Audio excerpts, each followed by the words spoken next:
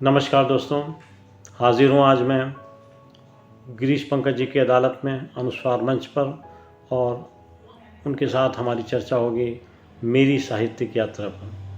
तो प्रारंभ में ही कह देना चाहता हूँ कि मेरी साहित्यिक यात्रा का प्रारंभ मेरी पहली कविता के प्रकाशन के साथ मानता हूँ। वैसे तो मेरा लिखने का कार्य लगभग 1972-73 से प्रारंभ हो गया था, लेकिन तब की जो लिखावट थी उसमें वो गंभीरता नहीं थी, वो स्पष्टता नहीं थी। 73 से शुरू होती, लेकिन प्रकाशित कविता पहले 1975 में आई, और मैं साहित्यिक यात्रा 1975 से गिनता हूँ। मेरी प्रारंभिक कविताओं में जो सबसे ज़्यादा प्रभाव दिखता है वो महादेवी वर्मा, जयशंकर प्रसाद और सुमित्रानंदन पंत का दिखता है। तो ये वास्तव में हमारे लिए आइकॉन थे, ये वास्तव में हमारे लिए एक प्रेरणा का स्रोत थे, और हम उन्हीं के साथ ढल गए और चलते गए। बहुत सारे अवरोध आए, लेकिन उन अवरोधों को हमने पार किया। यहाँ तक कि एक समय ऐसा भी था कि मेरे पिताश्री ने हमारी सारी लिखित कविता की पुस्तकों को ढेर लगाकर मिट्टी का तेल जलाकर समाप्त कर दिया, लेकिन हमने फिर भी नहीं छोड़ा। अध्यवसाय के कारण ये अवश्य हुआ कि कविता की गति थम गई, लेकिन ये जरूर रहा कि हम उसे लिखते रहे। उन लिखे जाने के परिणाम प्राप्त नहीं हुए, वो हमें पिछले 5 सालों में प्राप्त हुए, जब मैंने एक साथ सारी कंपाइल करके सारी चीज़ें वापस प्रकाशन में दी। लेकिन आप अपने पिछले वर्षों से 30 साल तक आप चुप कैसे रहे? एकदम प्रकाशन की ओर आपने ध्यान नहीं दिया, क्या कारण था?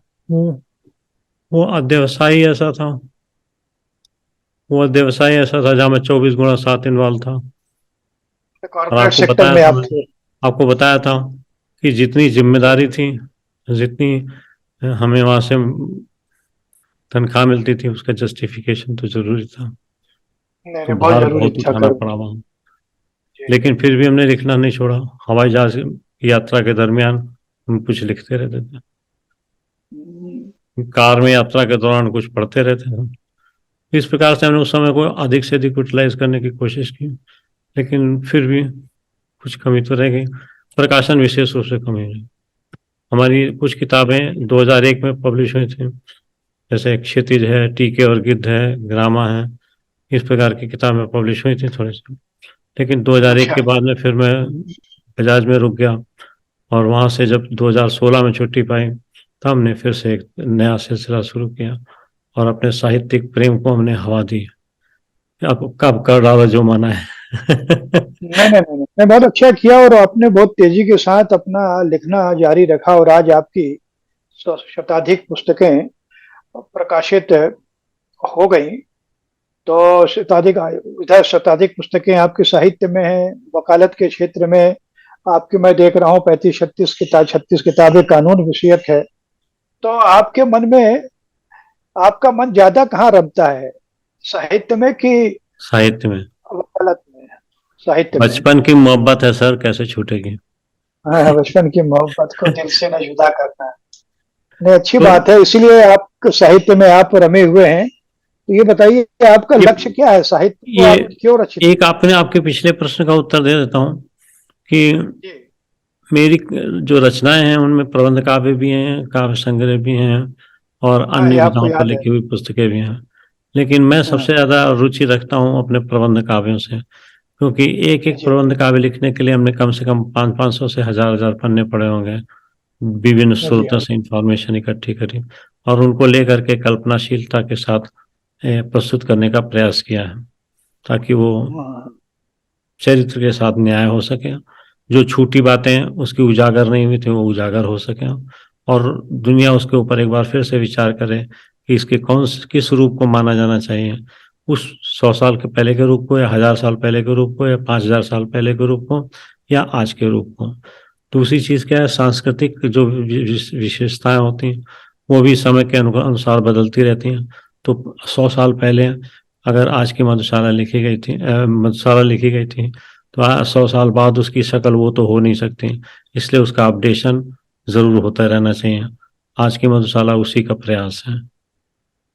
मैंने बहुत अच्छा है जिस तरह से आपने जो बात उठाई, सही बात है। राम जैसे रामचरितमानस एक कृति है। राम के चरित्र पर बहुत सारे देश में अलग अलग भाषाओं में है, ग्रंथ लिखे गए, लेकिन प्रामाणिकता की और लोक व्याप्तता की बात है तो मुझे लगता है कि रामचरितमानस को जो ख्याति मिली, वो ख्याति दूसरे ग्रंथों को नहीं मिल पाई, और आज भी प्रामाणिक ग्रंथ के रूप में रामचरितमानस को ही लोग मानते हैं। और और उसी तरह से एक करेक्टर है जो आपने उठाया, अहिल्या को, उसको लेकर के आपने प्रबंध काव्य अश्मा लिखा। तो मुझे उस किताब को पढ़ने का सौभाग्य मिला, और उसने आपने जो राम के व्यक्तित्व को अलग तरीके से उठाया कि वो अहिल्या का ये लोक व्याप्ति, लोक चर्चा ये है कि राम की का पैर, रामचरितमानस में भी उस बात को लिखा है कि राम ने उसका पैर से स्पर्श किया तो वह अहिल्या पत्थर से नारी रूप में तब्दील हो गई। लेकिन आपने एकदम नई स्थापना दी है, और आपके उसमें अहिल्या को राम चरण पैर से स्पर्श नहीं करती। इसके प्रति, इसके पीछे आपका क्या भाव था? देखिए, ये अवश्य है कि शाप था कि तुम जड़वत रहोगे, पत्थर शब्द नहीं था। लेकिन उसको कहा ही गया कि वो तो भैया एकदम पाषाण हो गया, एकदम पत्थर हो गया, बोला ही नहीं कुछ से, कुछ नहीं पता चलता क्या हुआ उसको। तो ये कुछ ऐसी ही स्थिति होने की संभावना मुझे लगती है। खैर, राम के जन्म से कितने वर्ष पहले अहिल्या का आगमन हुआ इस धरती पर, ये तो सबको समझ में आता है। लेकिन हमारी सांस्कृतिक परंपरा है कि बड़ों का सम्मान छोटे करते हैं। तो रावण ने भी उस शिष्य पत्नी, ऋषि पत्नी को पैर छू करके जागृत करना ज्यादा अच्छा है, न कि लात मार के। तो मैं ये नहीं मान सकता कि ऐसी ऐसी परिस्थितियों, ऐसे शिक्षण के बाद राम कभी किसी को लात मार सकते थे। बहुत यद्यपि मैं सही राम कहा। का कट्टर विरोधी हूँ कई मामलों में, लेकिन वो सैद्धांतिक मामले हैं और कोई नहीं। तो आप जब बोल रहे हैं तो मुझे याद आ रहा कि शायद रामचरितमानस की लाइन छुअत शिला भई नार सुहाई, तो उसमें भी ये लिखा है कि छुअत, अब वो पैर से छुआ या हाथ से, लेकिन छुअत शिला शब्द का प्रयोग किया है। शिला को छूते ही साथ वो नारी बन गई। बहुत सी चीजें तो ऐसी मुझे होती हैं लगता जो है, स्पष्ट की जानी चाहिए कवि द्वारा। अगर वो नहीं स्पष्ट नहीं, नहीं आपने करता तो स्पष्ट वो बताया। दुरूहता जी। या भ्रम जो बना रहता है, वो पुस्तक के जो गुण हैं उनको कम करता है। नहीं नहीं, अच्छा है आपने जो स्पष्ट किया है, उससे कम से कम आने वाले समय में वो लोग को स्मृतियों में चीजें चली जाएंगी कि राम ने पैर से नहीं छुआ था, उसका स्पर्श किया था। वो आपने उसको बहुत अच्छे से अपने कोशिश ऊपर। करूंगा कि अग्नि हाँ, परीक्षा आपको मिल जाए फर्स्ट वीक तक, या जब आओगे तब मिल जाए। अच्छा है, उसका भी स्वागत है कि आपने सीता को एक नए तरीके से और नए अग्नि रूप परीक्षा में। देखोगे, अग्नि परीक्षा देखोगे हाँ, तो आप कहोगे तो खामोशी की चीख जैसी अच्छा जो हाँ, चीज है। जी जी, नहीं नहीं, आपकी खामोशी की चीख भी मुझे आपने याद दिला दिया, उसको भी मैंने पूरा पढ़ा है। और निसंदेह एक लेखक के नाते कि भाई कश्मीर के लोगों ने वहाँ की पंडितों की पीड़ा तो स्वाभाविक है कि सहज रूप में उसे जी। उपायित करेंगे, लेकिन बाहर के लोगों ने बहुत कम उसको, कश्मीर को देख करके समझने की कोशिश की। आपने कश्मीरी पंडितों की पीड़ा को बहुत अच्छे से, बहुत मर्म स्पर्शी तरीके से लिखने की कोशिश की। तो आपके मन में ख्याल कैसे आया कि मुझे वहां की चीखों को, जो खामोश चीखें हैं, उनको प्रस्तुत करना चाहिए? हमारे ग्रुप ने डिसाइड किया था कि हम हाइड्रो पावर में इंटर करेंगे। तो अच्छा। एक टीम बनाएगी जिसमें मैं नॉन टेक्निकल और एक टेक्निकल लोगों का फील्ड बनाया गया। इस तरीके के नए बिजनेस या नए प्रपोजिशंस वाले काम मेरे से ज्यादा करवाए जाते थे, क्योंकि बॉस को अच्छा। पता चल चुका था कि मैं प्रोजेक्ट पे मैंने काफी काम किया। हम्म, जैसे घाना में हम रिफाइनरी लगाना चाहते थे, तो घाना की सारी स्टडी और सारी रिपोर्टिंग मैंने करी। बहरहाल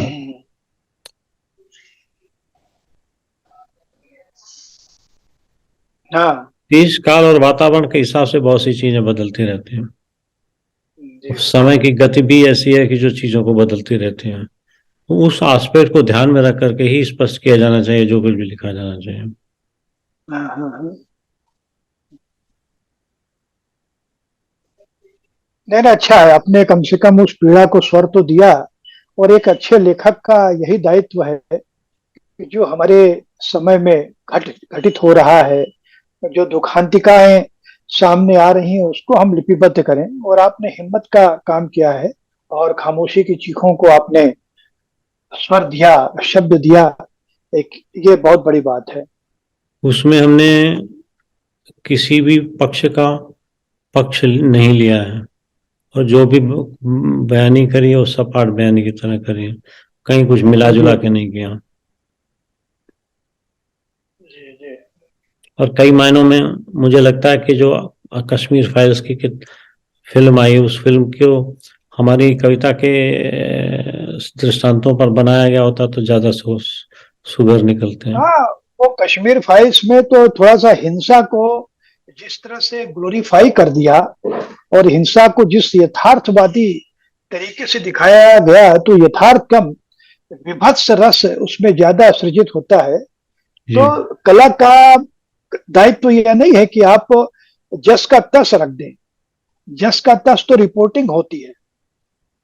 कला जो माध्यम है, वो प्रतीकों में, बिंबों में के माध्यम से व्यक्त होना चाहिए। अगर जस का तस कर दिया, उसको सपाट तरीके से पेश कर दिया, तो वो कला नहीं है। वो फिर कुछ दूसरी चीज हो जाएगी, वो बला हो सकती है, कला नहीं हो सकती। हाँ, हाँ, हाँ, सही कह रहे हैं। हाँ, हाँ, कला तो कलात्मक, अगर दृश्य के माध्यम से, तो प्रतीकों में आना चाहिए, बिंबों के सहारे आना चाहिए। जी और कविता में आप कर रहे हैं तो एकदम सपाट आपको कविता नहीं करनी चाहिए। आपकी खामोशी की चीखों में मैंने देखा बहुत प्रतीकों में, और बहुत पीड़ा के साथ आपने वहां की पीड़ा को स्वर दिया है। इसलिए मुझे वो कृति व्यक्तिगत तौर से बहुत अच्छी लगी, और उम्मीद करता हूँ पाठकों को भी वो रुचिकर लगी होगी। और ऐसी ही एक किताब आपको 2023 में मिलेगी, अच्छी बात है। नक्सलवाड़ी। अच्छा, नक्सलवाड़ी भी अच्छा है। मैंने तो वर्षों पहले एक उपन्यास ही लिखा था, नक्सल समस्या का समाधान देने के लिए टाउन हॉल में नक्सली, जो बाद में लाल सलाम घर वापसी के रूप में आया। मुझे लगता है नक्सलवाड़ी जहां से नक्सलवाद शुरू हुआ, उस पर भी बहस होना चाहिए कि नक्सलवाड़ी आपको ने जो अध्ययन किया होगा, अभी आप बताएंगे उसमें क्या है। नक्सलवाड़ी से जब नक्सल आंदोलन शुरू हुआ, तब वो एक विचार को लेकर के आया था कि हमें समाज में जो कुछ बुराइयां हैं, जो कुछ शोषण है, अत्याचार है, उसे हमें खत्म करना है। वहां से नक्सलवाड़ी से नक्सलवाद पनपा। लेकिन आज की तारीख में नक्सलवाद जो है, एक व्यवसायिक, एक माफिया में तब्दील हो गया है। आपके नक्सलवाड़ी में आपने किन किन मुद्दों को उठाया है? देखिए, नक्सलवाड़ी का सबसे पहला मुद्दा था जब वो क्या चारू मजूमदार था ना, चारू मजूमदार और एक और जो सज्जन थे। तो जी हाँ। वो थे तो किसान ही ना, लेकिन जब पुलिस हाँ, की एट्रोसिटीज दिस वे और दैट वे शुरू हुई, तो उन लोगों ने हाथ में अस्त्र शस्त्र उठा लिया और उठाई लिया, फरार हाँ हुए। हाँ। वहां से मुझे लगता है कि नक्सलाइट्स की कहानी शुरू होती है। और उसके बाद चार पक्ष बड़े इंपॉर्टेंट हैं। पहला अच्छा। पहला कि जो टेररिस्ट हैं या नक्सल्स हैं, उनको मुख्य धारा में लाने का प्रयास करना चाहिए, क्योंकि उन्होंने ऐसा किया है तो अपनी रोजगार के लिए किया है, उनके पास आमदनी हम्म। नहीं थी इसलिए किया है। दूसरा, वहाँ की रहने वाली जनता जो वन उपज पर या औषधियों की उपज के ऊपर अपना रोटी खाती थी, उस समेटती थी जंगल से और रोटी खाती थी, तो उसको बाहर कर दिया गया है। ये सबसे बड़ी परेशानी है। तो ऐसे हमें आदमी का तो काम करना या रहना भी दूभर हो गया है। तीसरी चीज, पुलिस ने जो एट्रोसिटीज की हैं और जिस प्रकार से वो वहां पर मानहानि करती है या यौनाचार करती है, सब वो दब के रह जाता है। लेकिन फ्लोर लेवल पर वो चीज उजागर होती होती है। चौथी चीज, उनसे पूछने के बजाय, उनको अपॉर्चुनिटी देने के बजाय कि क्यों ऐसा कर रहे हो, सैंपल तौर पर एक आधे केस तो चला दिए गए हैं, लेकिन बाकी केसेस में कोई गाइडेंस नहीं है, किसी को कुछ पता नहीं क्या हो रहा है, बस हो रहा है।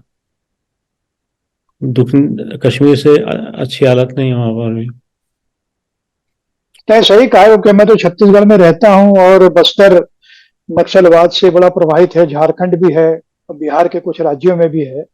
और जो आपने कहा कि ये नक्सलवाद जो पनपा है उसके पीछे हमारे प्रशासनिक तंत्र का भी एक बड़ा सबसे बड़ा हाथ। की विफलता, हाँ, सबसे बड़ा हाथ है कि उन्होंने जिस तरह से दमन किया आदिवासियों का, अनजाने में किया या जाने में किया, उसके कारण, विद्रोह के कारण भी नक्सलवाद पनपा है।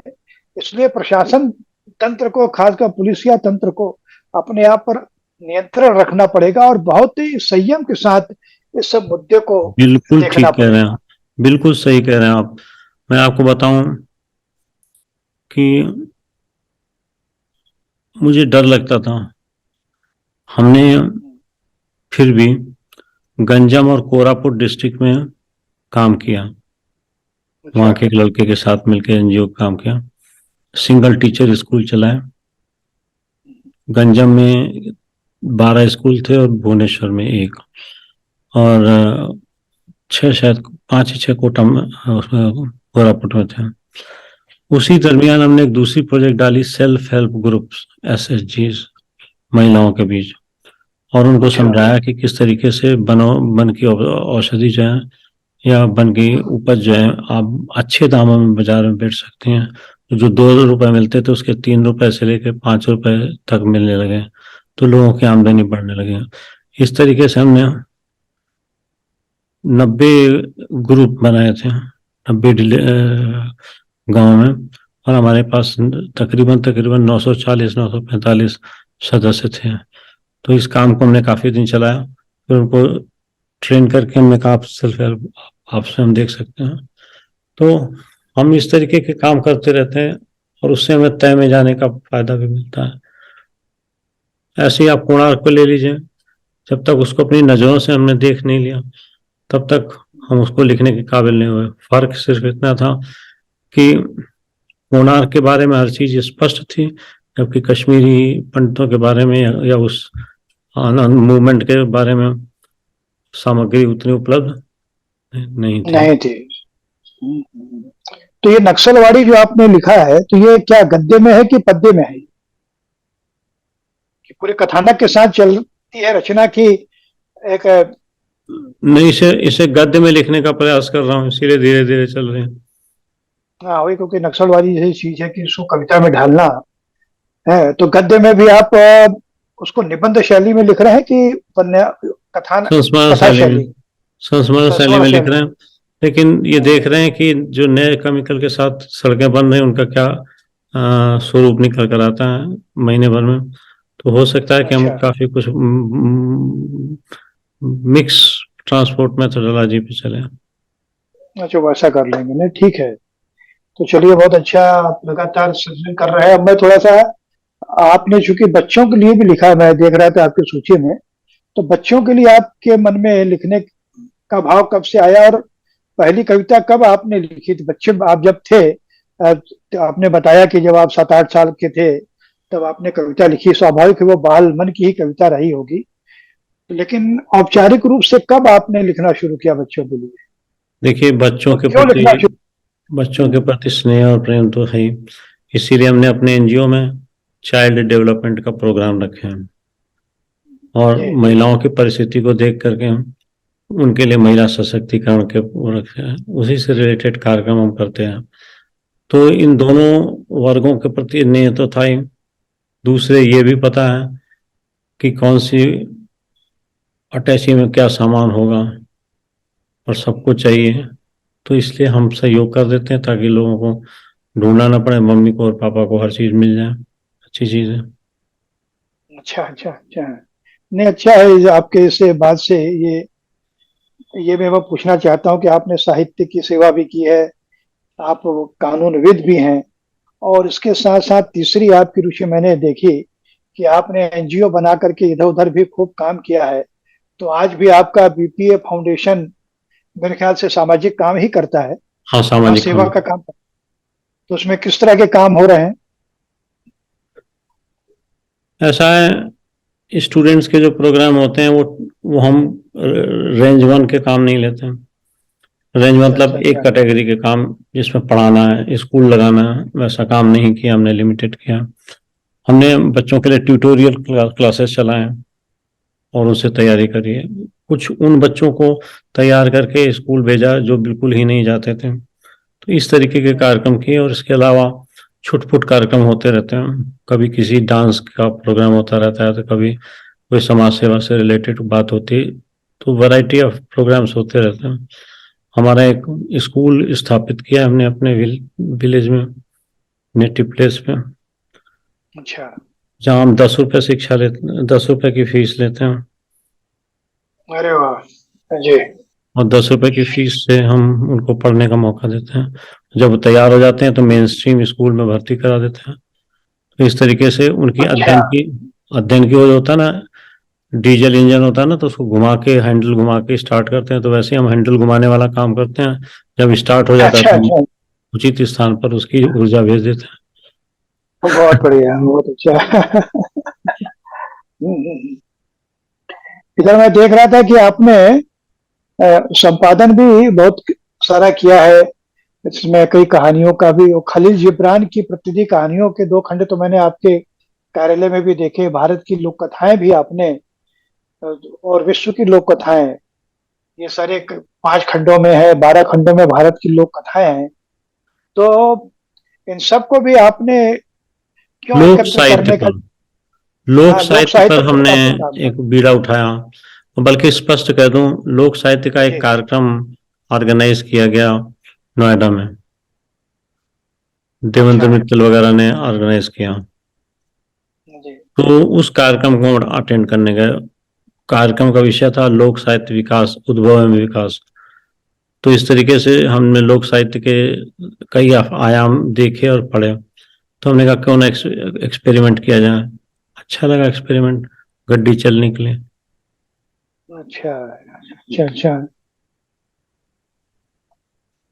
और एक आप प्रबंधक काव्यों पर आपने 16 आपके प्रबंधक काव्य है, और ये लंकेश्वर और अग्नि परीक्षा तो आने वाली है सर, किताब आने वाली हाँ, ये है। जनवरी तक आ जाएगी। तो लंकेश्वर में आपने क्या है, रावण के वही पारंपरिक रूप को बताने की कोशिश की है कि उसमें कुछ उसके पांडित्य के पक्ष को भी आपने उभारा है? किस तरह का संतुलन देखिए बनाया है आपने? देखिए वो बहुत बड़ा प्रशासक था, बहुत बलशाली बलशाली सेनापति था, और बहुत अच्छा प्रजापालक था। ठीक है ना, लेकिन जिस चीज पे उसका दिल आ जाए उसको वो उठा ही लेता था अपनी पूरी ताकत से, चाहे जान जाए पर वचन न जाए। हाँ हाँ हाँ। उसके साथ छल हुआ था।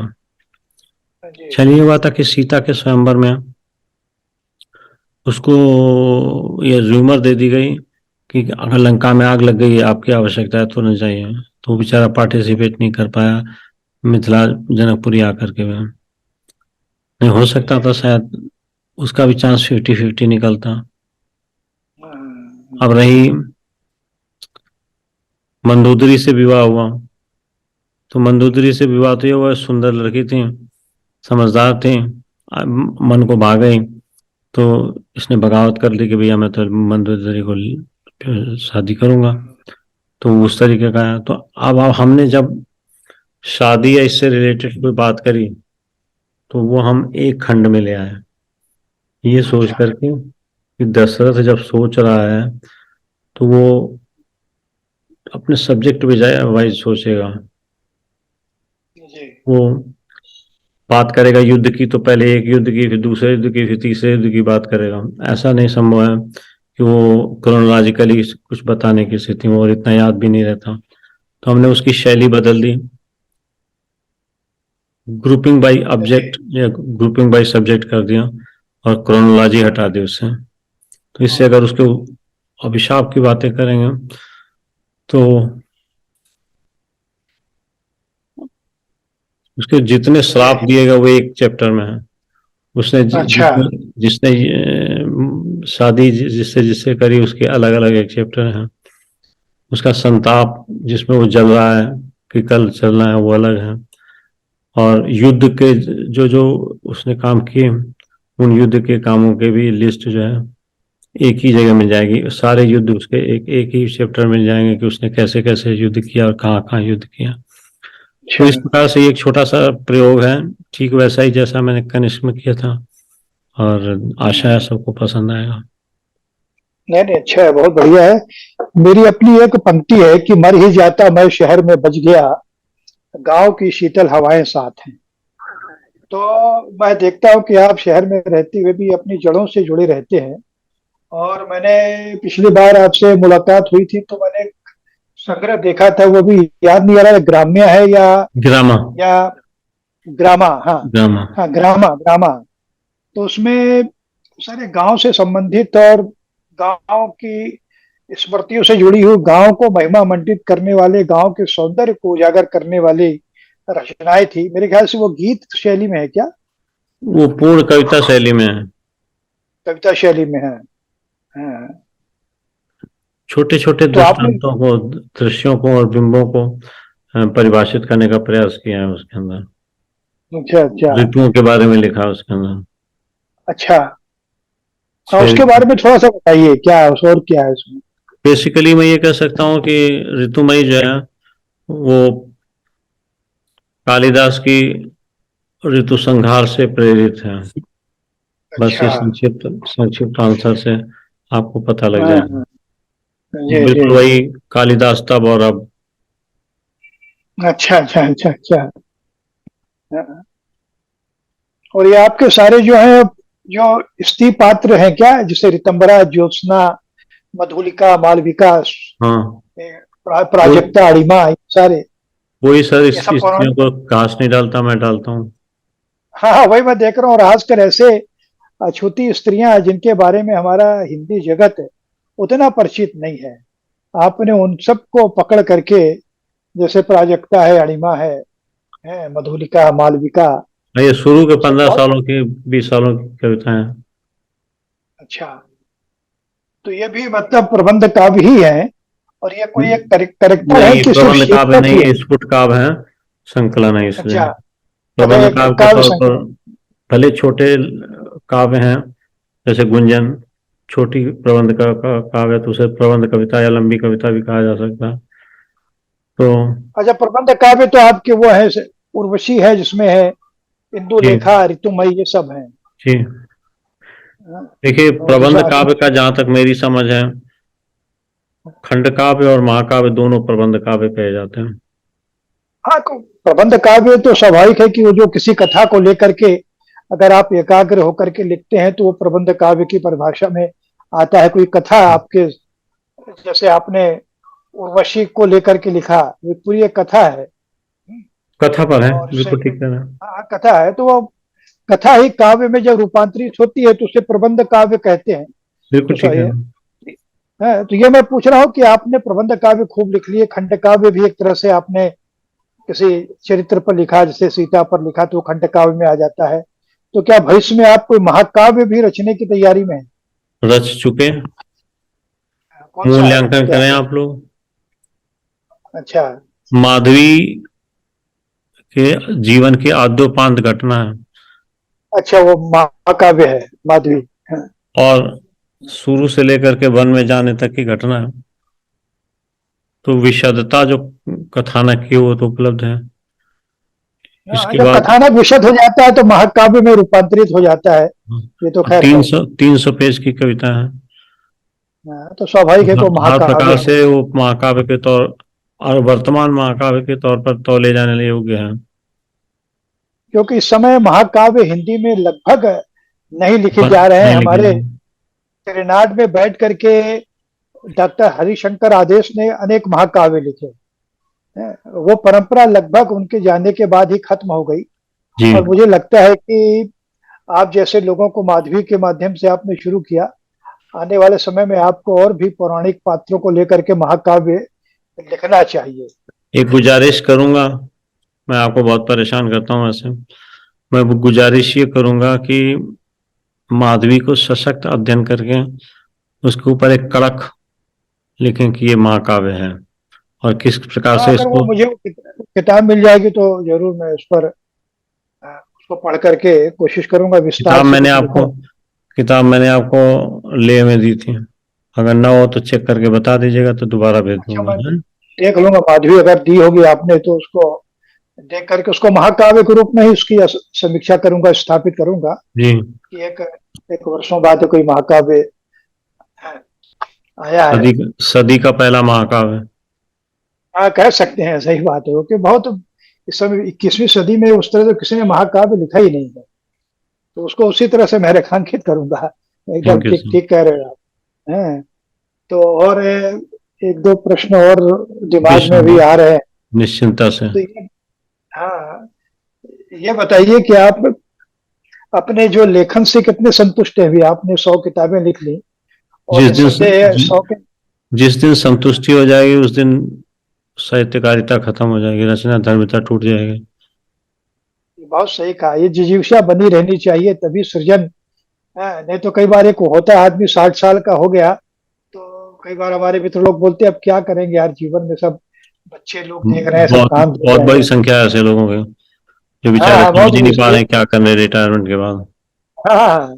लेकिन आप अभी भी लगातार 60 पार कर चुके हैं जी। और लिख निरंतर लिख रहे हैं। मैं आपको बहुत बहुत शुभकामनाएं देता हूं कि आप इसी तरह से लिखते रहें।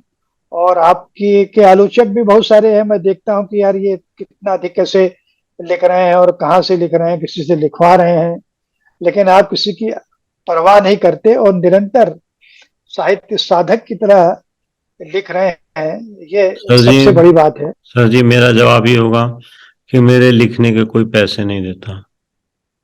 जब मेरे लिखने के कोई पैसे पैसे नहीं देता और मेरे अपने पैसे खर्च नहीं होते तो मैं अपने घर के काम में ही लाऊंगा ना अपने को।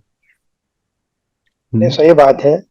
और आखिरी आखिरी में यह भी है कि आपने एक लेखक के नाते उस परंपरा का निर्वाह किया। मैंने उस समय भी कहा था दिल्ली में कि जो परंपरा हमारे दौर में थी, मुंशी प्रेमचंद भी जब लेखक थे उन्होंने प्रकाशन शुरू किया, हंस प्रकाशन। उपेंद्र नाथ अश्कर ने नीलाभ प्रकाशन शुरू किया। तो जैनेन्द्र ने दिल्ली में रह करके प्रकाशन शुरू किया। उसी परंपरा में आपको ही मैं देखता हूँ कि एक आप अच्छे लेखक भी हैं और एक अच्छे प्रकाशक के रूप में भी आपकी पहचान बनी है। तो इसको लेकर के आप क्या सोचते हैं अपने इस प्रकाशक रूप को? देखिए, मूलतः मैं कवि और साहित्यकार ही कहा जाऊंगा या कहलाना चाहूंगा। जहां तक साहित्य को संप्रेषित करने के लिए विभिन्न माध्यमों का प्रयोग करना पड़ता, तो उन माध्यमों को जरूरी नहीं किया घर पर ही तैयारी हो, उसके लिए आउटसोर्स भी किया जा सकता है। लेकिन पढ़ाई ज्यादा इंपॉर्टेंट है, इसलिए पढ़ाई पे ज्यादा समय लगाना।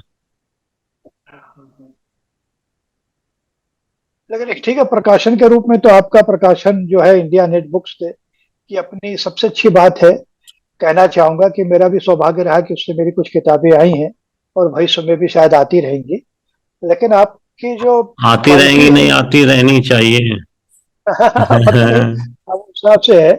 तो जो आपकी क्वालिटी है सबसे बड़ी बात है। प्रकाशक तो इस देश में बहुत सारे नए नए भी बहुत आ रहे हैं, लेकिन क्वालिटी के मामले में बहुत निराशा होती है। लेकिन आपके कंटेंट को, आपकी क्वालिटी को देख करके मुझे एक व्यक्तिगत लेखक और पाठक के रूप में बहुत संतुष्टि होती है कि गुणवत्ता पर आपने पूरा ध्यान दिया है। जिस तरह से आपकी रचनाएं हैं गुणवत्ता प्रधान, वैसे ही आपका प्रकाशन भी गुणवत्ता प्रधान है, कोशिश इसलिए कर रहे हैं आपको सर, कोशिश कर रहे हैं कि गुणवत्ता में वृद्धि की जाए, नई चीजें लाई जाए। जैसे बहुत ही हमारा ऐप बन के तैयार हो गया, अच्छा, बढ़िया जनवरी है, में बढ़िया लॉन्च है। कर देंगे हम ऑडियो बुक्स। तो ये एक नई अच्छा, ऑडियो। परंपरा हो गई। अब हमारे पास हार्ड बाउंड, पेपर बाउंड, क्या बोलते हैं, स्पाइरल बाउंड और डायरी साइज फॉर्मेट में, और ये जो तैयार कर रहे हैं। अब मतलब ई बुक भी आ जाएंगे, ई बुक्स भी आएंगी। जी। हर प्रकार के पुस्तकों का हम प्रयोग कर रहे हैं। नहीं नहीं, ठीक है। बाजार में जब आदमी उतरा है तो अपनी क्वालिटी और समय के हिसाब से भी चलना चाहिए। वो काम आप कर रहे हैं तो बहुत खुशी की बात है। और आपको बहुत बहुत आपको शुभकामनाएं कि एक आप। एक सूचना दे दूं, अभी पूछने की थी कि मेरी एक पुस्तक थी, मेरे हिस्से की धूप। अच्छा। ये वैवाहिक बलात्कार पर आधारित थे। अरे वाह, नया कॉन्सेप्ट है एकदम। हाँ, ये किताब रश्मि प्रकाशन ने छापी थी और अब हम अच्छा उसे अच्छा सेकेंड एडिशन हम छापेंगे। अच्छा वो बहुत गुणी थे, मुझसे बहुत कुछ अच्छा। सीखने को मिला। रश्मि प्रकाशन वाले। नहीं, जिनको मैं बता रहा हूँ, गांव के अच्छा हमारे पड़ोसी थे, तो वो हमको बहुत अच्छा प्यार करते थे। तो हमारा उनके यहाँ बैठ के होती रहती थी, काफी कुछ सीखा, दुनियादारी तक वहाँ सीखने का अवसर मिला। क्योंकि मैं तो 9-10 साल की उम्र में गांव से माइग्रेट करके सिटी आ गया था अपने डैडी के पास, और बस उन्हीं अच्छा। के साथ स्कूल जाना और स्कूल आना। तो फिर पहले इंटरमीडिएट के बाद बी कॉम लिया, बी कॉम के बाद L L M, sorry M com किया, फिर LLB की, फिर LLM किया, कंपनी सेक्रेटरीज का कोर्स किया, कास्ट अकाउंटेंट का कोर्स किया, और लास्टली MIT बोस्टन USA से मैनेजमेंट का कोर्स किया। तो इस तरीके से अध्ययनशीलता बनी रही, और वही हमको लगाती रही कि काम में लगे रहो, लगे रहो, लगे रहो। और बाकी तो कहाँ, दिल जले को सुकून चाहिए, जुनून के लिए बिल्कुल बस चाहिए। जुनून चाहिए। दोनों चाहिए। अच्छा, एकदम अंतिम में अपन पहुंच रहे हैं। ये बताइए आप ही, आपने इतना लंबा लेखी जीवन जिया है, कॉरपोरेट सेक्टर में भी आप रहे और आज भी आप जुड़े हुए हैं। इधर जो नए लेखक आ रहे हैं और उनकी किताबें आ रही हैं और कुछ भी आड़ा तिरछा भी लिख करके, अब चूंकि प्रकाशन अब बहुत सेल्फ पब्लिशिंग का भी दौर आ गया है, तो बहुत कुछ कूड़ा करकट भी आ रहा है। तो ऐसे समय में, संक्रमण के दौर में, आप नई पीढ़ी को साहित्य के संस्कार देने के लिए क्या संदेश देना चाहेंगे? ये संक्रमण का दौर करने की बजाय समायोजन का दौर करिए, ज्यादा उचित अच्छा रहेगा। प्रकृति जब अच्छा किसी चीज की बढ़ोतरी करती किसी क्षेत्र में, तो उस पर्टिकुलर चीज की बैलेंसिंग होती है। अच्छा तो होता क्या है कि पैदा हो रहे हैं, पैदा हो रहे हैं, पैदा हो रहे हैं, एक दिन पशु पशु दिखाई पड़ेगा, तो फिर कोई बीमारी फैलेगी और हजारों गायब हो जाएंगे। ये प्रकृति का नियम है।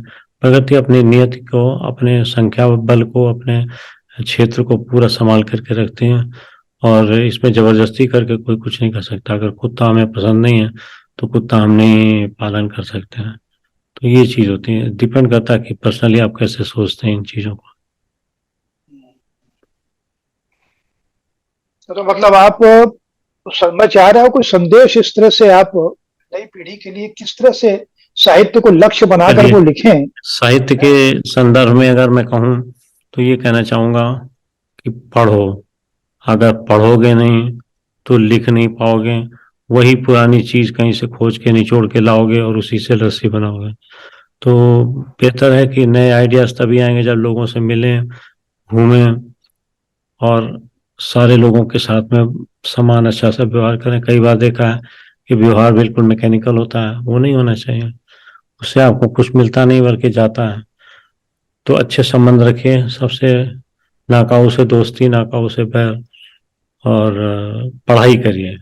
सबसे जरूरी चीज है पढ़ाई करिए, क्योंकि पढ़ाई करने से 3 प्रकार के फायदे होंगे।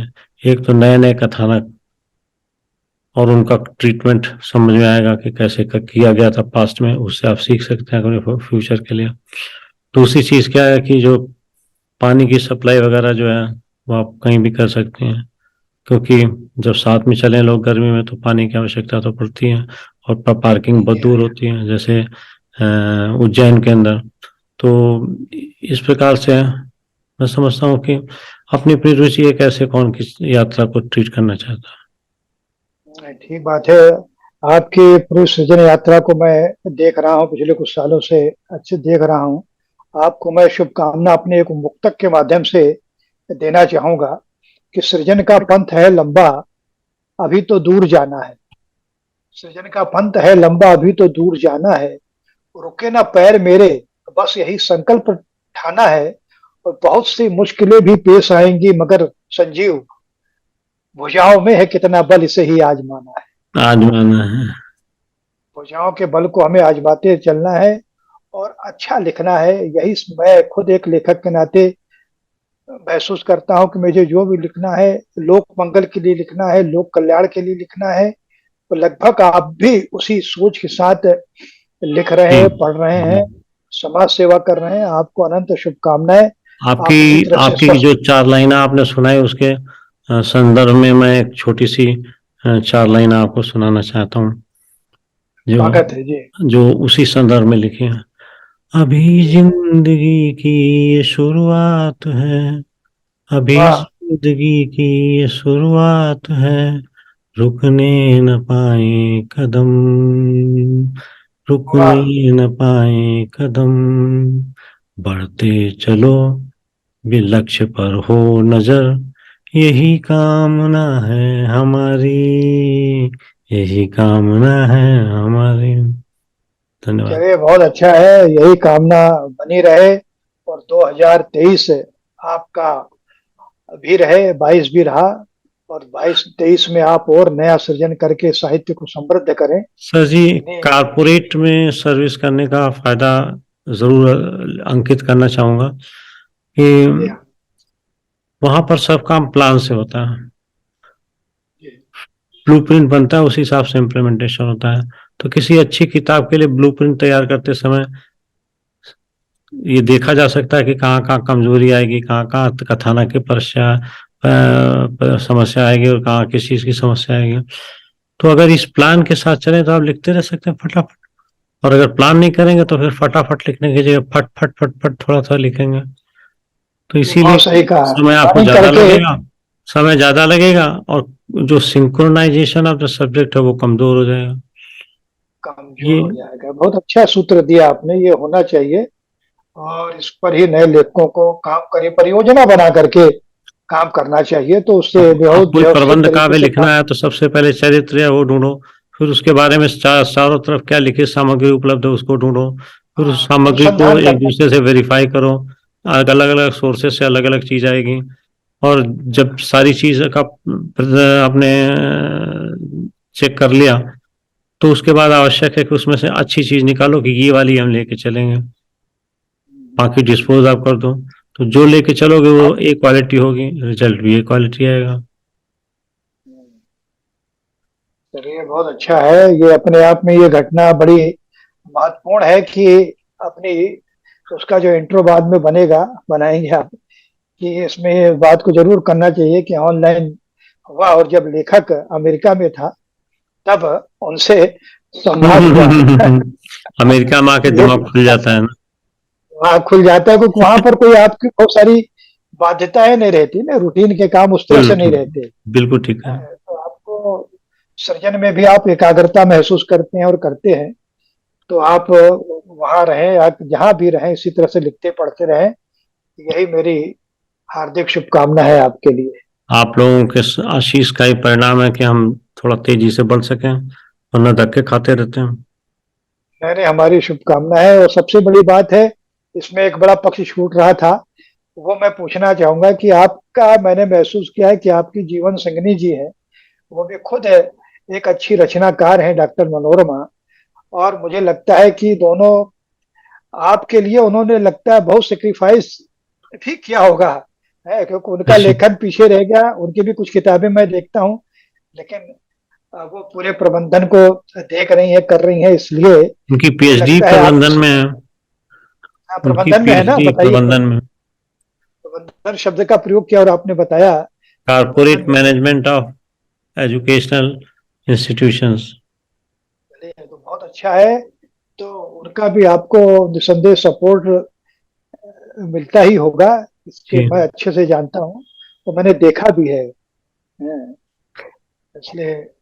मैं ज्यादातर उनकी सहायता लेता हूँ संस्कृत से हिंदी के जो परिवर्तन करने का है, तो वो विशेष करके मैं उसे अनुभव लेना पड़ता है क्योंकि वो संस्कृत में काफी तेज हैं और मैं बुद्धू बकस।